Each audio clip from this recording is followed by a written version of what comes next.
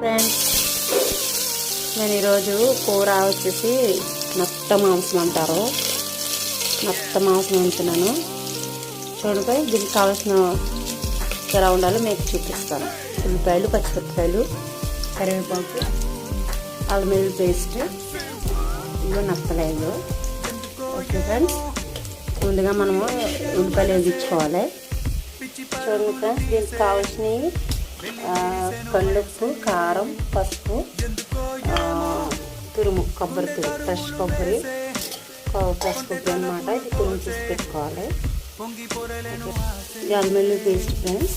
ఇవి నత్తలు బాగా మనం కొద్దిగా కడిగేసి నీట్గా పెట్టుకుని తర్వాత ఇవి బాగా ఉప్పు కొంచెం పసుపు వేసి బాయిల్ చేసుకోవాలి. బాయిల్ చేసుకున్న తర్వాత